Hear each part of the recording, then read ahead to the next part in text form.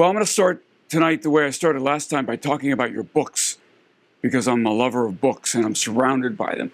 You know, my podcast with my partner Seth Paradin, The Unauthorized History of the Pacific War, that was a crass commercial announcement. We, believe it or not, we recorded a 2.5-hour episode today. It was our third episode on the Battle of Okinawa, and talked about Heartbreak Ridge and Desmond Doss and a whole bunch of other things going on in that battle. And, you know, of course, Admiral Spruance was the overall commander of that theater during the time it was Fifth Fleet. And here I am, again, just like last time I told you, I'm surrounded by books that are haunting me. You've got a couple of Spruance biographies, which are really good. But then I noticed your MacArthur biographies outnumber your Spruance biographies, which I'm not happy about. Yeah. So we're pretty brutal in our podcast. I should say we're decisively honest. And so when things are going well, we talk about it. And we say good things about MacArthur, particularly as it pertains to the Philippines. And we say some not so good things about MacArthur. And same thing with Spruance and Nimitz and everybody else. King got an episode that we call Admiral King Was Right About Almost Everything. But the Spruance tie-in here, of course, is the Indianapolis. And because the Indianapolis was Spruance's Fifth Fleet flagship. Spruance wanted to use a cruiser and not a battleship, because the flagship sometimes has to depart the line for conferences, meetings, and stuff like that. And unlike Admiral Halsey, whose flagship was the New Jersey big guns, right? Spruance didn't want to take the big guns away from the fight.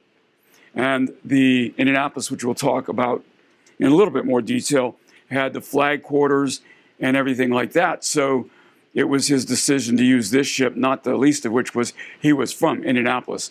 And so he was not on board for most of the time we're going to talk about today.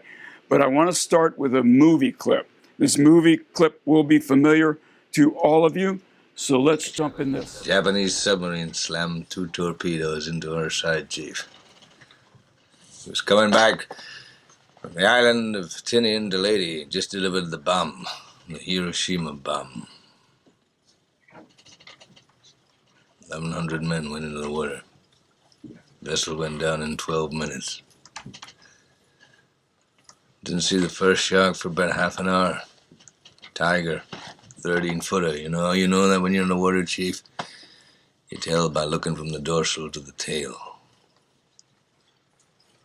What we didn't know was our bomb mission had been so secret, no distress signal had been sent.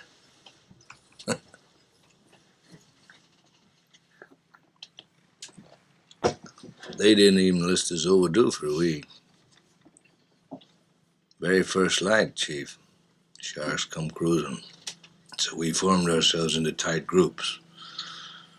It's kind of like old squares in a battle, like you see in a calendar, like the Battle of Waterloo. And the idea was, shark comes to the nearest man, that man he starts pounding and hollering and screaming. Sometimes the shark would go away.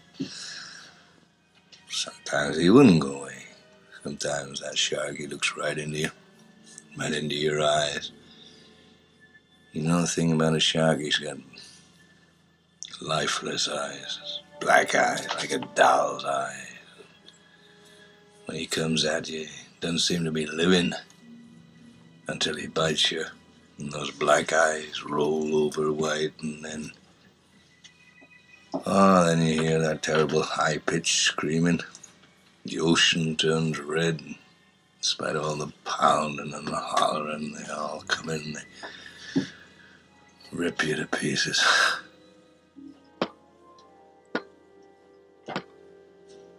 By the end of that first dawn, lost 100 men. I don't know how many sharks, maybe 1,000. I don't know how many men, they average 6 an hour. On Thursday morning, Chief, I bumped into a friend of mine, Herbie Robinson from Cleveland. Baseball player, bosun's mate. I thought he was asleep. Reached over to wake him up. Bobbed up and down in the water. It was like a kind of top, upended. Well, he'd been bitten in half below the waist. Noon the 5th day, Mr. Hooper, Lockheed Ventura. So as he swung in low and he saw us, he was a young pilot, a lot younger than Mr. Hooper anyway. He saw us and he come in low, and 3 hours later, a big fat PBY comes down and started to pick us up. You know, that was the time I was most frightened, waiting for my turn. I'll never put on a life jacket again. So 1,100 men went in the war. 316 men come out. The Sharks took the rest June the 29th, 1945. Anyway, we delivered the bomb. So when this movie came out, 1975, I was a plebe at the Naval Academy. And this movie played at the Circle Theater in Indianapolis all summer long. And plebes have to memorize movies in town, part of your, harassment rates. And so because the movie never left the theater, it was really easy to remember what the movies were. So when we were finally allowed off the Academy yard to go see a movie at the end of plebe summer, what movie did we go see? This one, right? So the problem was we didn't know if it was a true story or not. There was no internet in those days. I happened to be taking a required course that all plebes had to take called The History of Sea Power. And my professor was the guy who wrote our textbook. His name was E.B. Potter, famous historian. He co-wrote our textbook with some dude named Chester Nimitz. You might have heard of him. And so the Monday after we saw the movie, go into class and say, Professor Potter, we saw this movie last weekend about sharks in Indianapolis, and is that a true story? And he said, that's World War II. That's going to be second semester. We'll talk about it then. No. We need to know, is it a true story? And he said, yeah, the Indianapolis this really happened. It was really sunk and all that. That's all we knew. I didn't understand until decades later when I was actually on the Indianapolis submarine that this is the way that most Americans learned about the story, which is a great thing. And when I got to know almost all of the survivors, they were happy that the story got out. But there's a lot that's wrong about that description. Now, I don't blame them. There was no internet. The guys that did research on this movie did it in a very short period of time, referring to books that were primarily outdated and wrong. But that's all they had. So I'm glad they told the story, but I've been spending the last 20 years or so trying to correct some of the falsehoods and the mythology that this movie generated. So I'm going to give you a quick summary of the story, and I'm going to tell you what the myths are and what the truth is. I'm going to show you two other video clips while we do this. These two video clips come from a documentary that was made in 2019. You're going to see a familiar face in one of them, me. And but this documentary was made after the ship was discovered at the bottom of the Marianas Trench. And we're going to show you a video of the Indianapolis on the bottom of the ocean. Okay, we good? All right, so let's talk about the ship. It was a Portland-class cruiser. Now, this was what we call a treaty cruiser. The Washington Naval Treaty restricted the displacement of various ships, to, and in the case of cruisers, 10,000 tons.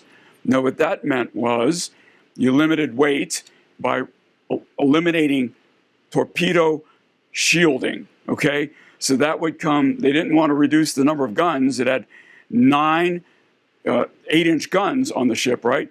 And they didn't want to reduce that.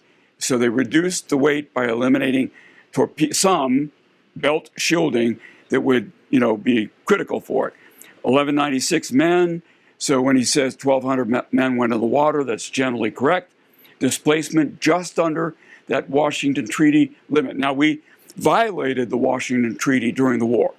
Japanese, Germans basically blew it off. Only good guys follow treaties, right? So during the war, we put a lot more equipment on the ship. It ended up a much higher displacement. But at the beginning of the war, it was treaty compliant. The submarine that sunk it, Imperial Japanese Navy I-58, commanded by Lieutenant Commander Machishiro Hashimoto, Naval Academy graduate in Japan. Interesting fact, he was the torpedo officer on I-26 during the attack on Pearl Harbor. He launched the midget submarine HA-19. That's the only one of the midgets that survived the attack on Pearl Harbor. It ended up beached at Bellows Field. Ensign Sakamoto, who was the commanding officer of the midget submarine, was our first POW, POW number 1. And basically, he could never go back to Japan because his POW photo, he's got this huge smile on his face. And it was considered very un-Japanese to be smiling like that when you're, POW should be ashamed of yourself, not smiling. But the torpedo officer on the mothership that launched that midget submarine was Hashimoto.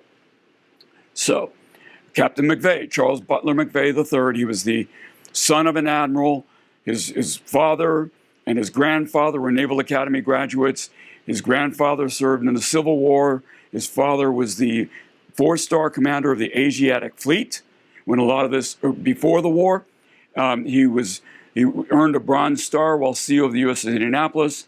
I'm going to jump ahead to the year 2000. I discovered when we were researching his history, the service record, after the exoneration language. I was putting exoneration language in his service record after he was exonerated by Congress. Found out an entry in his service record said, December 1945, this is while the court-martial was going on, awarded Bronze Star Medal for service as executive officer of USS Cleveland on this date, unable to locate service member, medal returned to stock. The reason that is so poignant is the court-martial was front-page news in every paper in the country. So they didn't want to give him a medal in the middle of his court-martial, so they just pretended they couldn't find him and returned it to stock. So in 2001, I got the Secretary of the Navy's permission to give the Bronze Star to his sole surviving son. But he wasn't he was court-martialed in 45.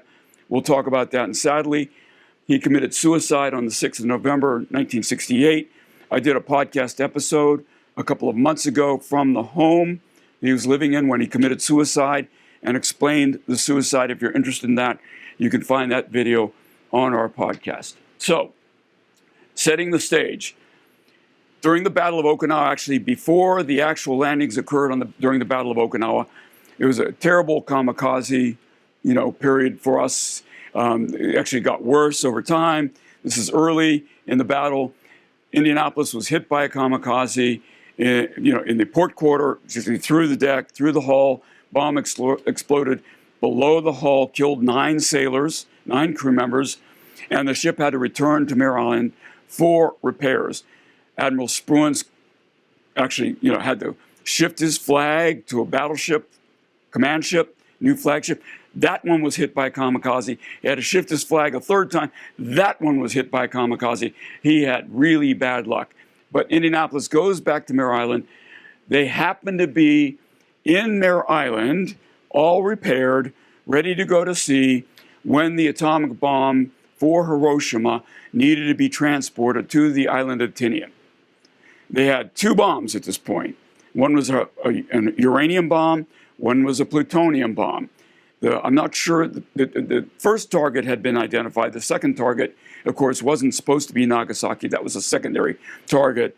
They ended up Nagasaki after the primary target was cloud covered. But they didn't want to transport both bombs by airplane because they were afraid the airplane would, get lost. So they decided to transport 1 bomb by ship, 1 bomb by airplane.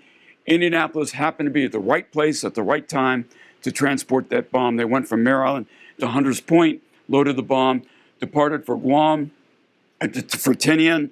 They basically ran at flank speed the entire way. That means the 1/3 of the crew, for whom this was their first underway ever, brand new crew members on the Indianapolis, really didn't have an opportunity to train because they were too busy going fast transiting, right? So that was one of McVay's challenges. How am I going to train my crew? They deliver the cargo, then they go to Guam and pick up orders that they're supposed to meet Admiral Spruance at Leyte. Spruance at this point is in Manila. So that they're going to head to Leyte to meet Admiral Spruance. So that's the background here. And they have to cross the Philippine Sea in order to do that. So we're going to watch another movie clip that's going to talk a little bit about that.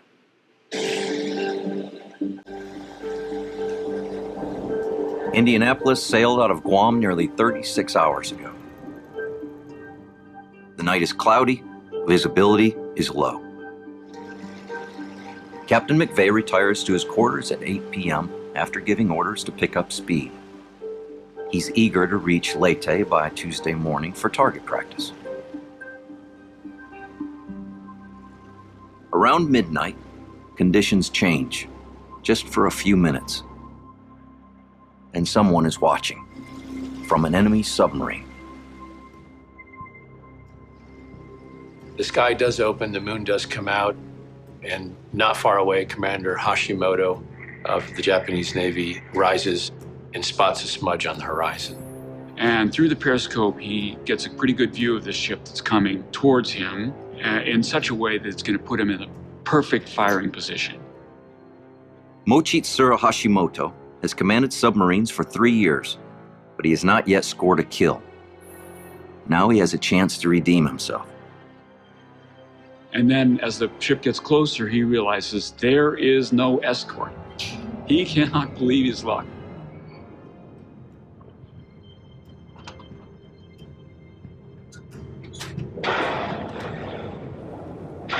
Hashimoto fires several torpedoes. We know at least 2 hit the starboard side.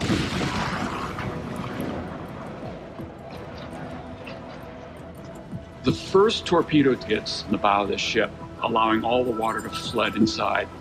The second torpedo hits the forward boiler rooms, shuts down 3 of the 4 engines, but the 4th engine is still turning.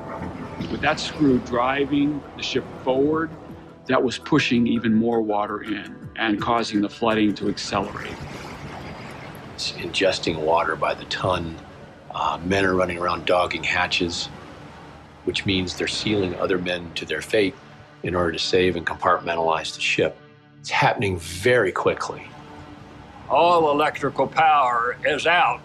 The only lights that we've got is the infernos below deck. All of that water is coming in. The bow is going under. Captain McVay was hoping that they just needed to do the same kind of damage control that they had done in Okinawa, and that they would survive this event as well. It only took a few minutes and a few reports from his officers to convince him, no, this is very, very different, and they were going down. Abandoned ship, abandoned ship, abandoned ship. You could hear, and maybe as it got closer, boys are repeating, abandoned ship. When he gave that big list, I know the ship was going down.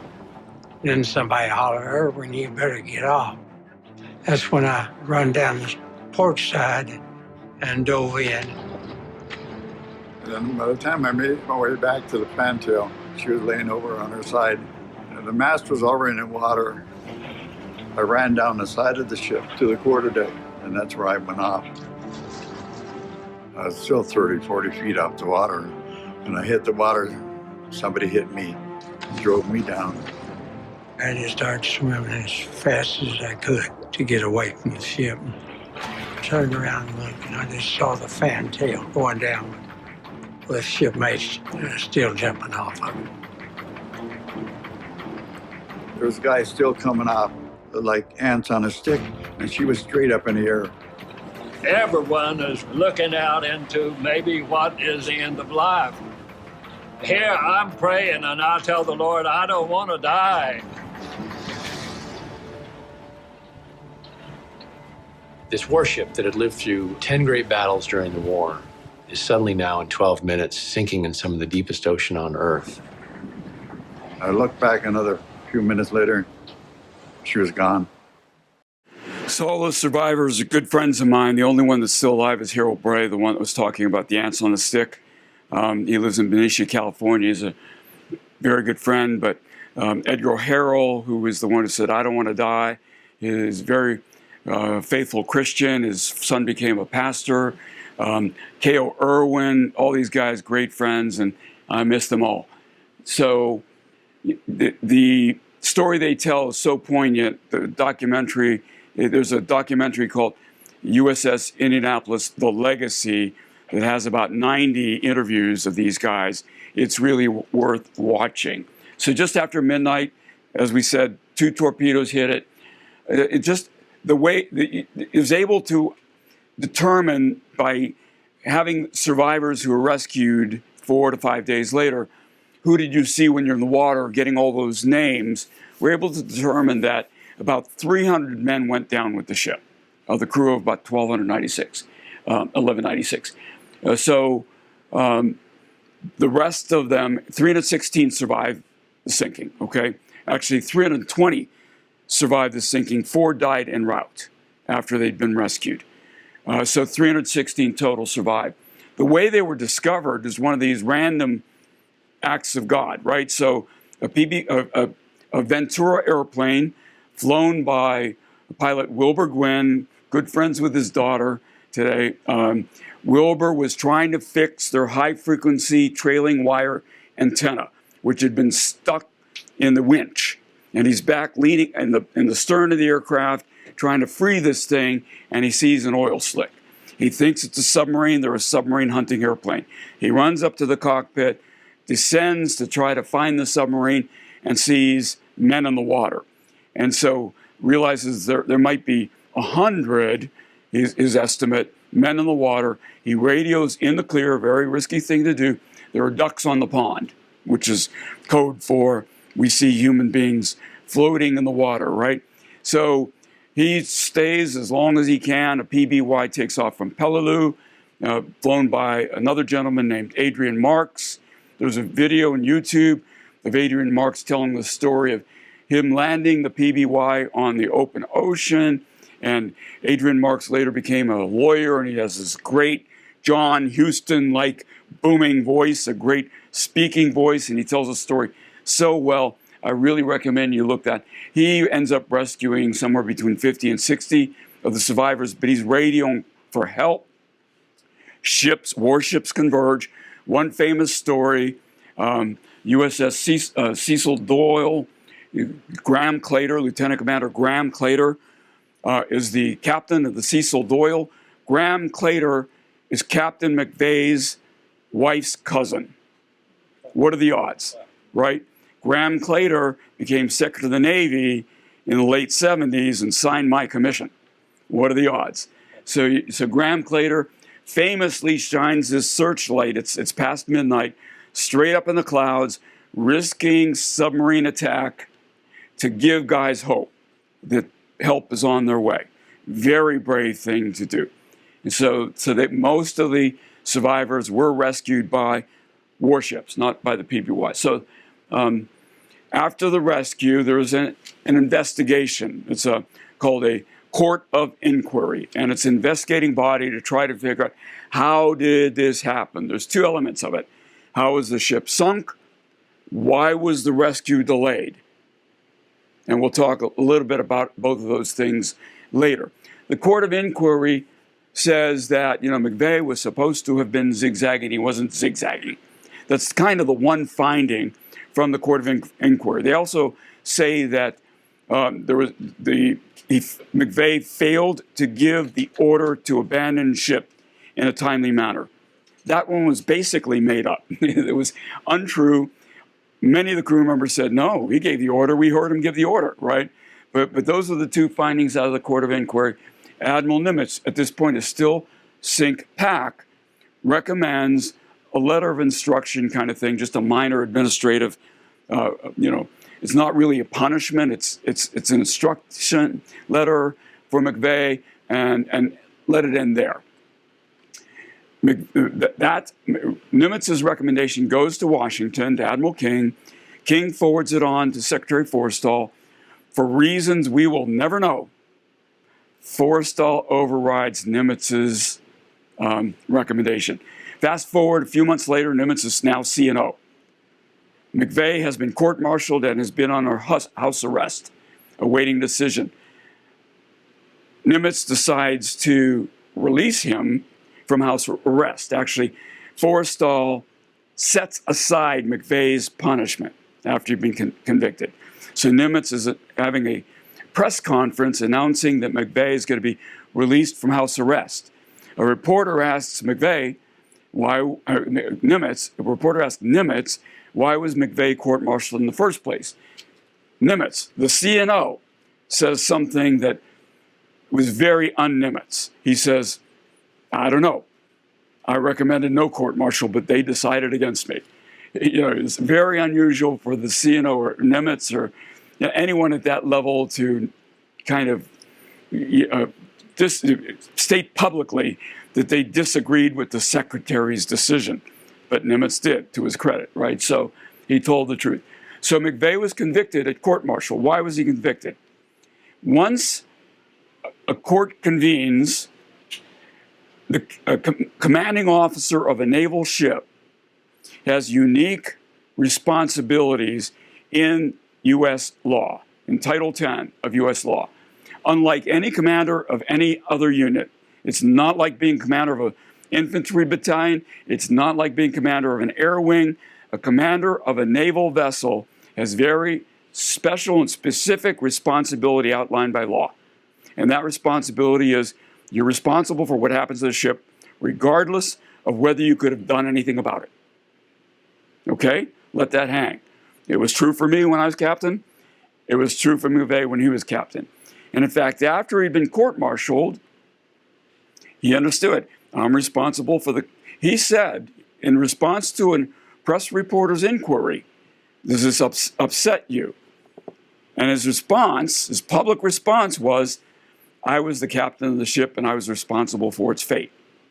So he understood that the court, based on the law, once the charges are brought forward, they had no alternative but to convict.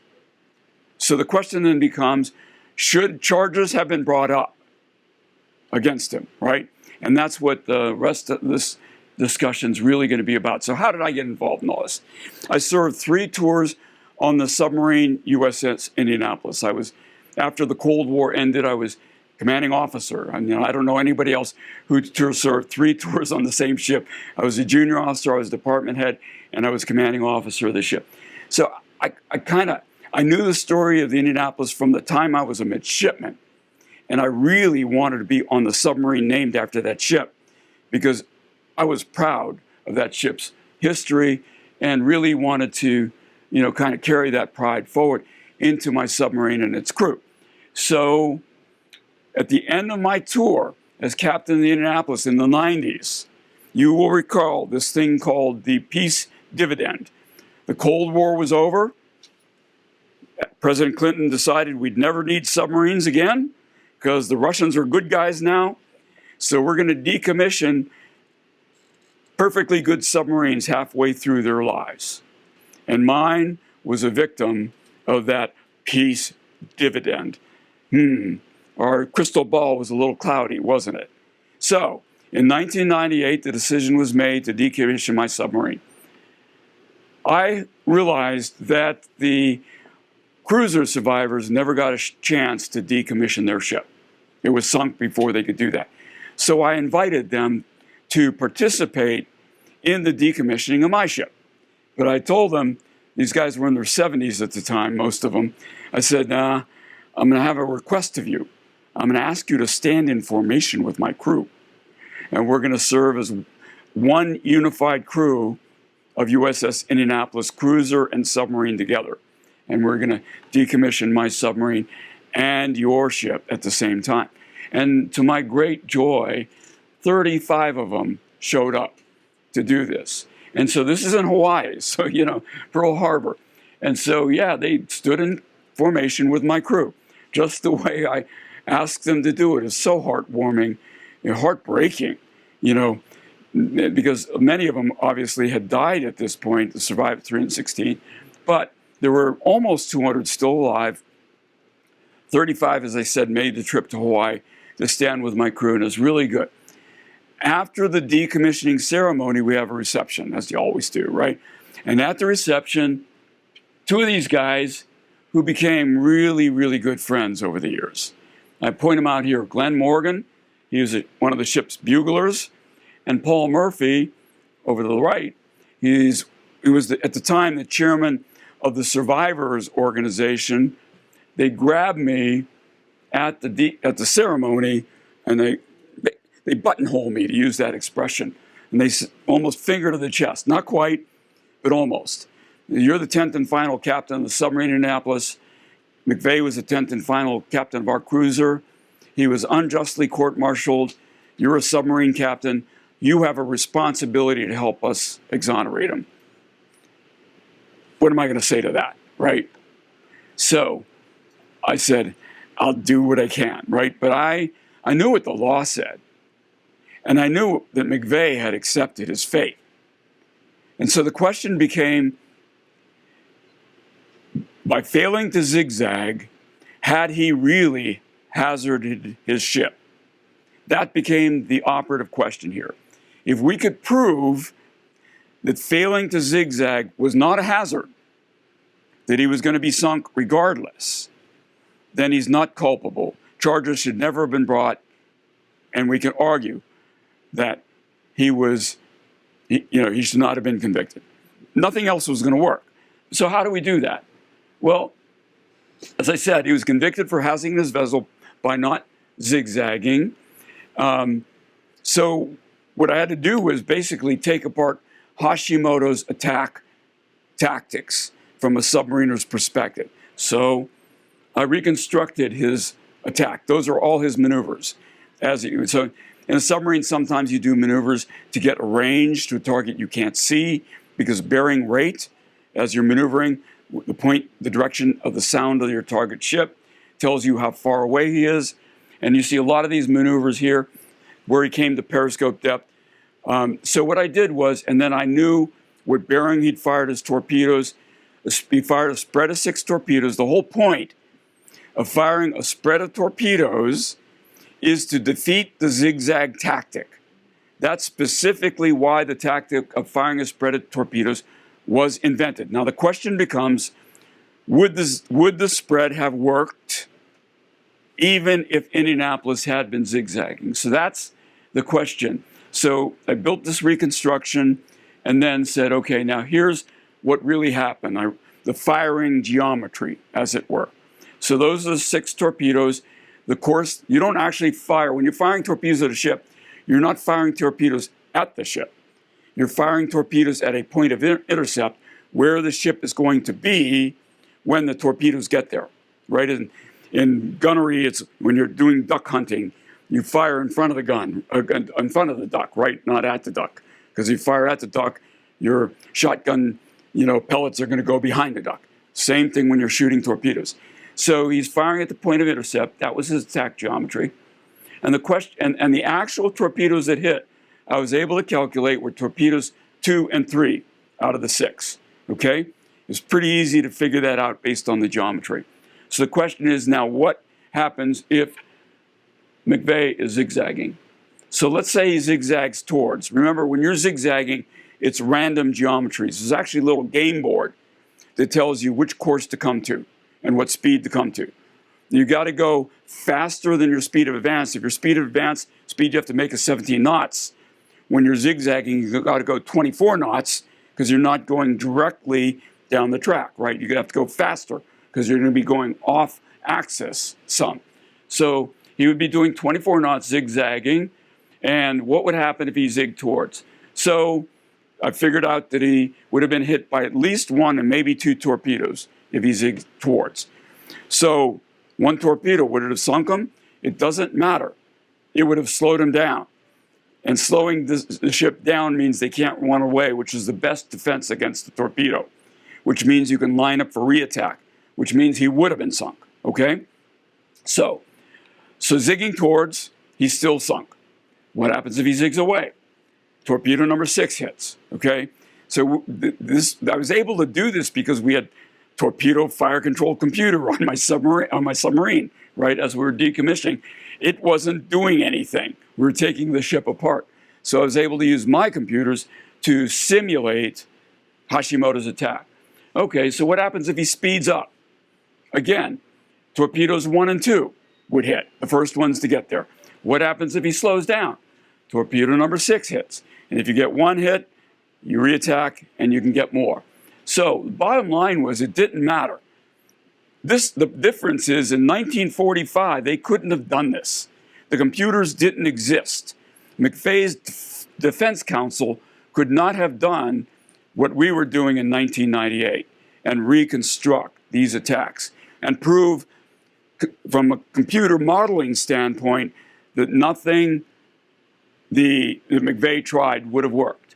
So that wasn't possible in 45. It was possible in 98. That means that maneuvering would not have mattered. I wrote an article that was published in 1999 in the United States Naval Institute Proceedings. It was titled The Sinking of the Indianapolis and the Responsibility Command, where I go through the fact that once the charges had been brought forward, the court had no alternative but to convict, but charges should not have been brought forward because of the analysis that we did. Okay, so that happened. So then, sorry about this. In 2000, Congress, the article was published in 99. In 2000, Congress passes a resolution exonerating McVay, right? It is a sense of Congress that Captain McVay was not guilty for housing his vessel and should not have been convicted. Interestingly, Congress passes this resolution, President Clinton signs it, but the Secretary of the Navy at the time, Secretary Danzig, refuses to allow anybody to enter the exoneration language in McVay's court service record. So he's basically holding it up, stonewalling it. George W. Bush gets elected, new Secretary of the Navy comes in, Gordon England. The survivors start a letter writing campaign that says, basically, if we won't, first of all, you've got to do this, you've got to enter the exoneration language. The Congress is ordering you to do that. Congress can't really order the executive branch to do anything, right? It's separate branches of government. But that's what they were conveying. And we won't believe that it's been done until Captain Toady tells us it's been done. So I get called into Secretary England's office. What's this all about? And I tell him the story. And he said, so this is really about a bunch of old men who want to be told it wasn't their fault that their ship was sunk by a Japanese submarine. And I said, hallelujah, somebody understands. And he says, enter it in the service record. So we did. Took the court-martial language out, entered the exoneration language in, and that was the end of the story. But obviously, the bottom line is that McVay should never have been court-martialed in the first place. So that's the story of the court-martial and the exoneration. What I'm going to do now is talk a little bit about all the myths that have been developed over the years since these things happened, since 1945. Most of the myths, I'm afraid, were created by the movie Jaws. Again, good news, it sensitized America to the true story of the Indianapolis. Bad news is they didn't have good references to draw from, and they made stuff up. And so what are some of these myths? So the first one, 1,100 men went into the water, 316 come out, the sharks took the rest. Absolute nonsense. Okay, so first of all, at least somewhere between, probably around 500 of the 900 that survived, that went into the water from the sinking, died in the water from their wounds.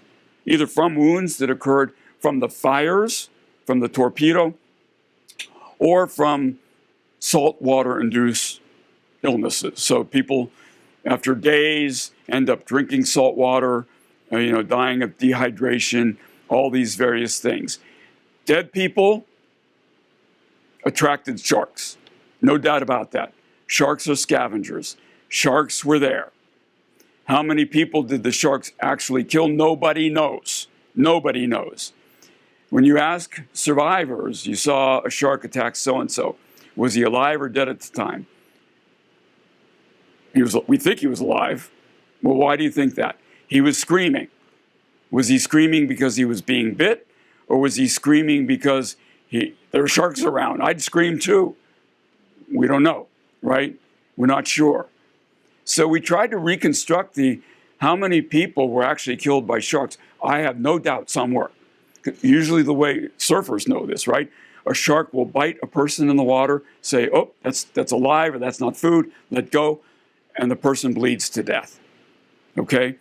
There were definitely cadavers recovered by the rescue ships that had shark bites in them, the way described in Jaws, but nobody knows how many people were killed by sharks, and it certainly wasn't 316 come out of the water, sharks killed the rest.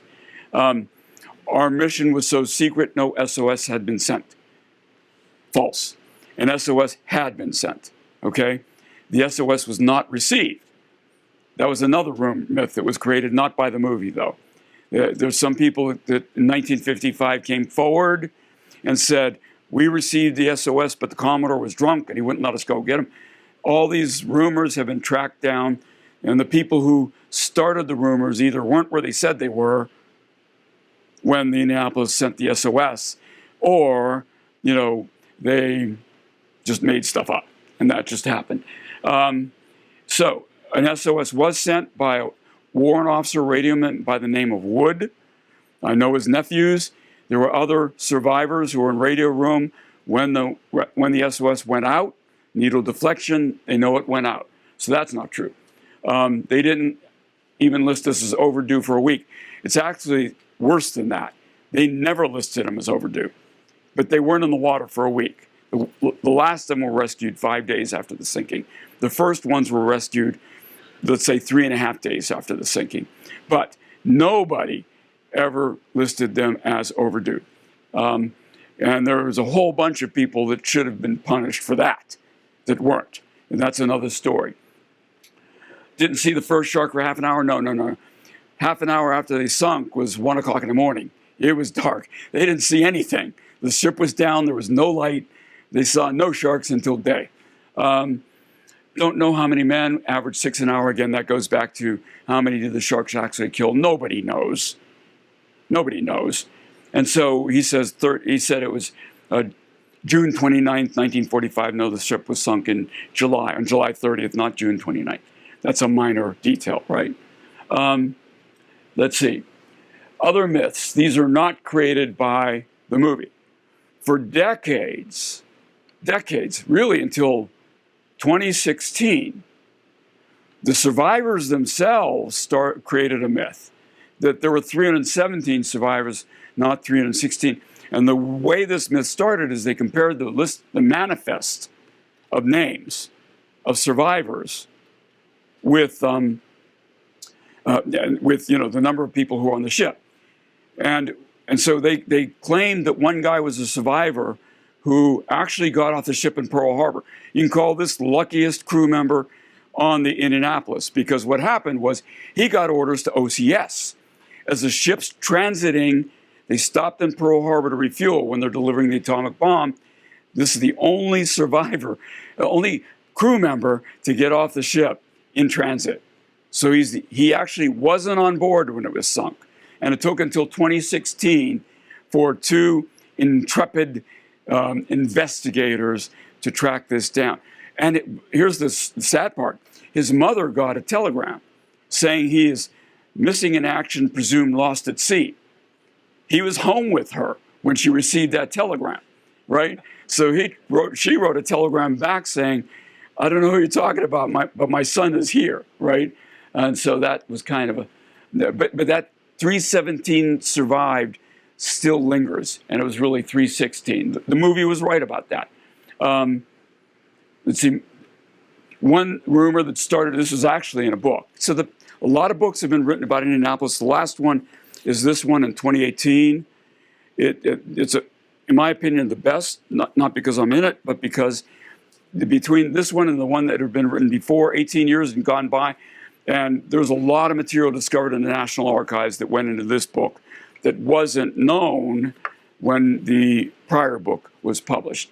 And this one's by two authors, Lynn Vincent and Sarah Vladeck, simply titled Indianapolis.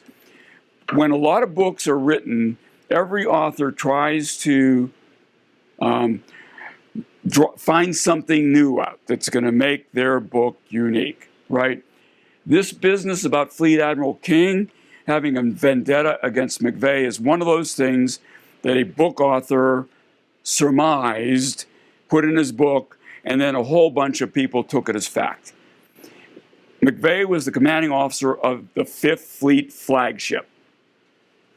The CNO has to approve every assignment of commanding officers to flagships. If King had a vendetta against McVay, all King has to do is not approve his orders to become CO of the Indianapolis.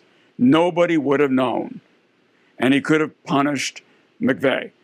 Why? What was the rumor that King had a vendetta against him?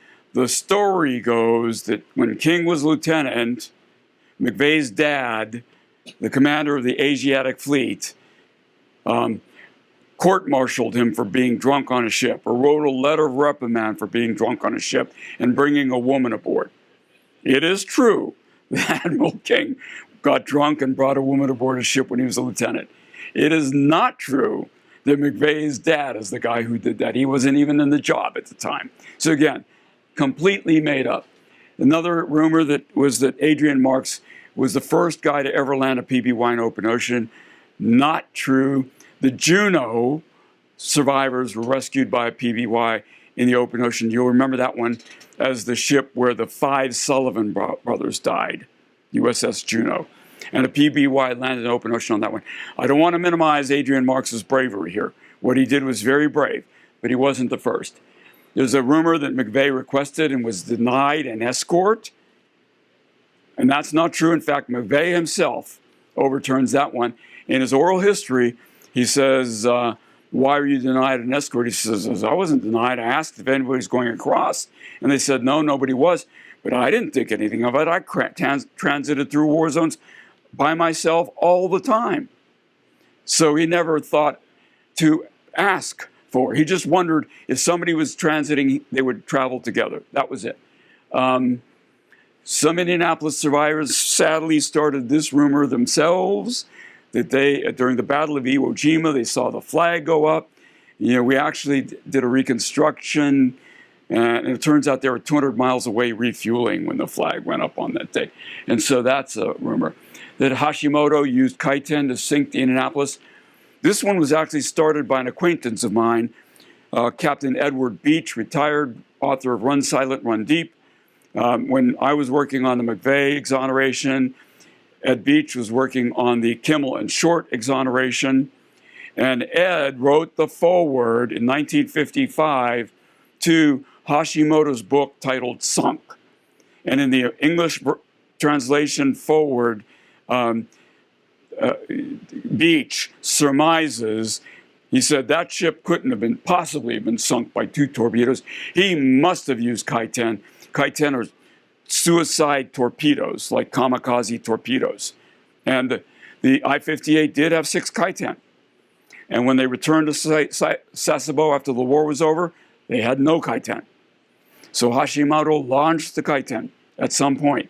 But Hashimoto swore he didn't launch them. He's not denying he launched them. He says he launched them at a different ship. When the ship was discovered on the bottom of the ocean in 2017, we confirmed that they were hit by torpedoes, not Kaiten. So that's a myth. I talked about the SOS already, that it was received and ignored. That's not true. This is another one of those sad myths. That McVay, when he committed suicide, was holding a toy sailor.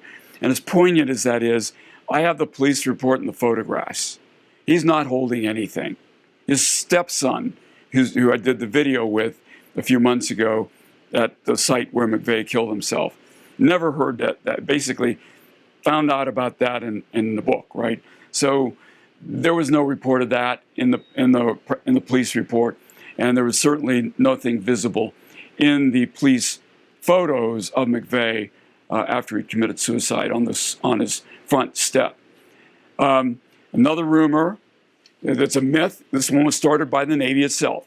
The Navy kept insisting for decades, for 5 decades, 55 years, that McVay was not court-martialed for having his ship sunk. He was court-martialed for failing to zigzag. Turns out we got in touch with the prosecutor in McVay's court-martial's son, who still had his dad's notes from the court-martial. And in his dad's notes, it clearly states, we have to prove that McVay's action resulted in the sinking of his ship. Okay? And more to the point, the families all believed that McVay was court-martialed for the sinking of his ship. For decades, every Christmas, McVay would get letters from the lost at sea families saying, I hope you're having a good Christmas. We'd be having a good Christmas too if you hadn't killed our son. That went on. Even it was November 68 when he killed himself, but the prior Christmas, he had received letters like this and Christmas cards and letters, and he had a stack of them in his desk when he killed himself. And sadly, other family members, after he killed himself, burned those letters. They would have been, interesting relics had they kept them. And the last thing, this one was created by a really bad movie, Nicolas Cage movie. It was made about 7-8 years ago about the Indianapolis. There was a ship named Indianapolis. It was torpedoed by a Japanese submarine. It sunk. Guys were in the water. There were sharks there. Those are the only things about that movie that's true. Everything else in that movie is fiction. And in the final, most offensive scene I've ever seen in a war movie in my life, they have McVay and Hashimoto saluting each other. Never happened. Never happened. And I'm quite certain McVay, the Navy brought Hashimoto in to testify against McVay in McVay's court-martial. The only time in history an enemy combatant was brought by the United States to testify against an American warrior. Never happened before. I hope never happens since. I guarantee you, McVay would not have saluted or returned a salute to Hashimoto. He was not happy about this. So that's a rumor that was created by a movie. So with that, I think I'm going to close it with some footage of the Indianapolis in its current resting state.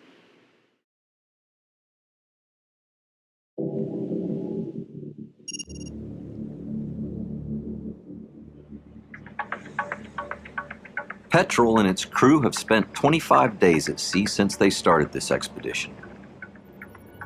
So far, the AUV has produced 34 contacts, sonar echoes of objects that warrant further investigation.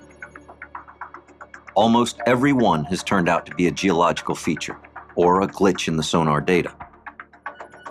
Now they shift focus to the far western edge of their search grid, square 18. Here, at a depth of 5,500 meters, 18,000 feet, the AUV detects its 35th contact, an object that doesn't match the surrounding geology. It was early in the morning, and one of the guys, the lead on the shift, calls me and says, Rob, you may want to come down and take a look at this. I'm not sure what it is. What do you got? I gather myself together and I go down into the control room and I looked at it and I immediately knew we had a shipwreck that had a lot of debris, indicative of massive destruction. Let's reprogram for a high definition HF run. And I couldn't get the ROV down to the bottom fast enough. What you on? 50, 10, 23, 12s, then up. 20, 18 meters. so, look at that. I mean, that's a really strong target we've got in sonar, coming in 20, 25, 20 meters ahead. In front of us. 15. Yeah.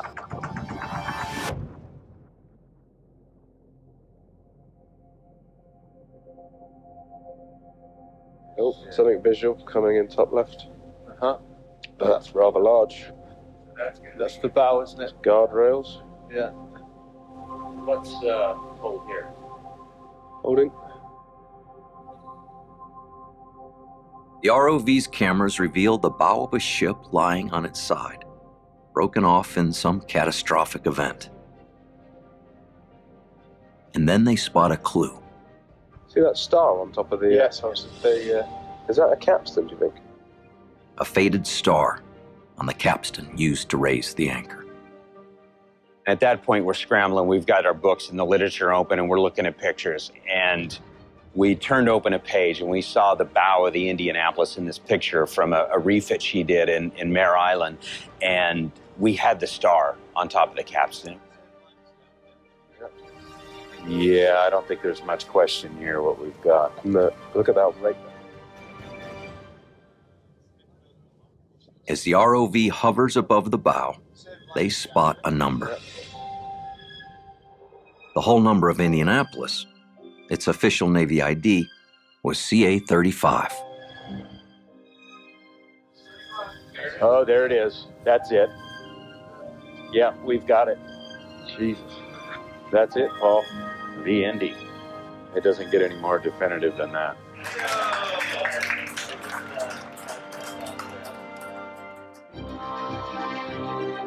As soon as we saw that 35, it was an amazing experience.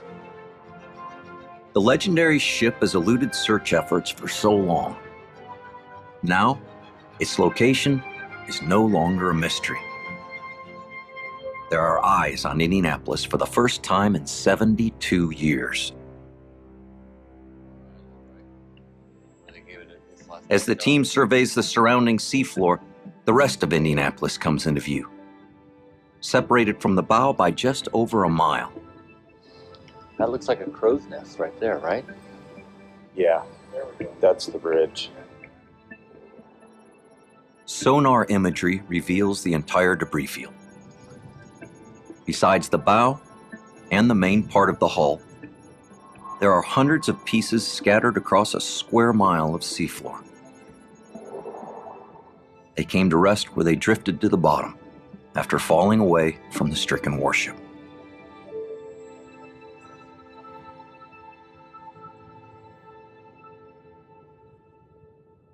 This deep sea environment is bitterly cold and devoid of oxygen. That has left the ship's remains in a remarkable state of preservation. Even its teak decking is still in place. I'm amazed at the condition It's of the outstanding. ship. Isn't it? I mean, no corrosion. Not a rust. Indy's 3 massive 8-inch gun mounts were held in place by gravity. It appears that 2 of them simply dropped out as the ship sank to the bottom, leaving their surrounding barbettes empty. That's normal when a warship capsizes. Curiously, gun mount number 3 is still seated in its barbette. Its trio of 36-foot barrels still look ready for battle. That's a big gun. That is a big gun, isn't it? Much of the rest of Indy's armament also seems to be intact. The first one's a 40 millimeter, and the forward one will be 20 millimeter. Yeah. Is that the 5-inch? Yeah, that'll be a 5-inch gun there. Oh, there you go. Look at that. There we go. Whoa. Whoa. 5-inch anti-aircraft shells still gleam, lined up perfectly inside an ammo box.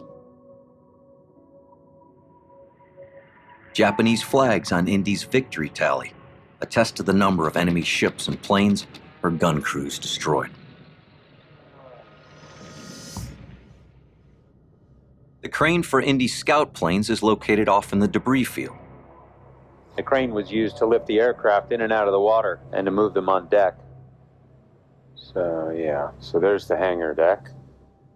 One of the plane's hangars is still in place. This could be the hangar that once sheltered the atomic bomb.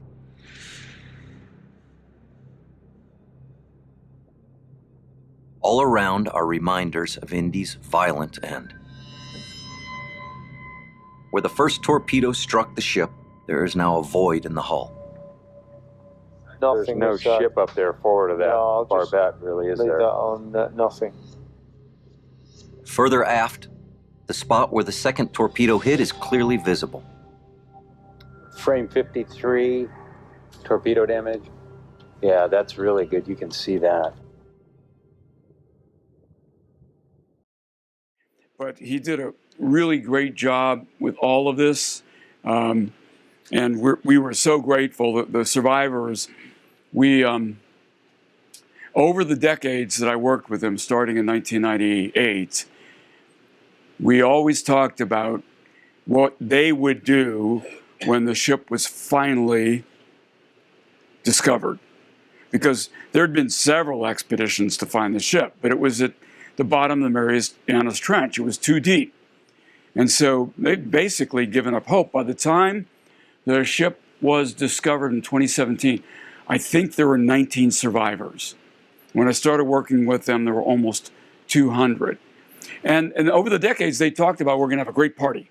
We're going to celebrate with beer and all this stuff. And they were late 80s, early 90s when the ship was finally found. And I called them up. I called half of them up. And the author of this book, one of the authors of this book, called the other half to make sure that they heard it from us first, that the ship had been discovered before it went out on CNN. I was expecting, some really high level of joy. And, I didn't get that from them, of course. And one of them said, geez, I wish, Paul was still here. I wish, Morgan was still here, things like that. And I ended up writing an article because they had always talked about how wonderful it would be when their ship would be discovered. And the article I wrote in Proceedings was titled, Sometimes Wonderful Comes Too Late. And that was the real sense I got from them. It wasn't this super excitement of the discovery. It was, if anything, regret that it took so long. They were happy, but not joyous. And that's all I have to say to you today. I'm happy to answer questions if you have questions. Yes, sir. If I understood your graphic, you said they got underway from Mare Island with the atomic bomb aboard July 15th. Yeah, they got underway from Mare Island, moved across the bay to Hunters Point, San Francisco, and loaded the fissile material for the bomb at Hunters Point, and then got underway for Tinian, stopping at Pearl Harbor to refuel. That was just days after the Trinity test, wasn't it? Days after, I'm sorry? Trinity test. Actually, they got, so the question wasn't that days after the Trinity test? It was actually before. So they actually loaded it before the Trinity. Correct. So When they loaded the bomb on the Indianapolis and got it moving before they knew whether, now remember, the Trinity test was a plutonium bomb. This was the only existing uranium bomb in the world. Yeah. Was a big cannon, and you shot the thing in there, and you could have come out. You never know it's going to work until you test. They did. No, they knew. You never know The it's plutonium, going to work until you test. they didn't know if explosives could concentrate it. Right. So the Trinity test was to test the bomb that ended up going into Nagasaki. The Hiroshima-style bomb, they'd done little experiments, but they never had a nuclear detonation. And they got underway. So even if the Trinity test failed, they were still going to drop the Hiroshima bomb because it was a different design entirely. We could make plutonium faster than we could make uranium. So all the other bombs were plutonium bombs. Does that answer your question? Sure. Yes, ma'am. Maybe I'm just not understanding something. Why would Hashimoto's testimony provide any value at all? Why would he even be believable? So the question was, why would Hashimoto even be believable? They asked him in Japan before they flew him to Washington for the court-martial, was the ship zigzagging when you shot it? And he said no. That's all they wanted out of him. Once they realized he was going to give that answer, that's the only testimony they wanted out of him. When he got to the court-martial and He said I could speak a little bit English, and they weren't translating me exactly right. Right, I could hear what they were saying, and they weren't translating me exactly right. So he wanted them to translate. No, it wasn't zigzagging, but it wouldn't have made a difference if it had been. So his testimony actually worked more for the defense than it did for the prosecution. It was still offensive that they brought the enemy in to testify against McVay. But it didn't matter. All they were trying to prove was that he wasn't zigzagging. Once they proved that he wasn't zigzagging, then he's guilty. See, that's the logic that they were using to convict. Because he could have tried, and he didn't try. That's all they needed.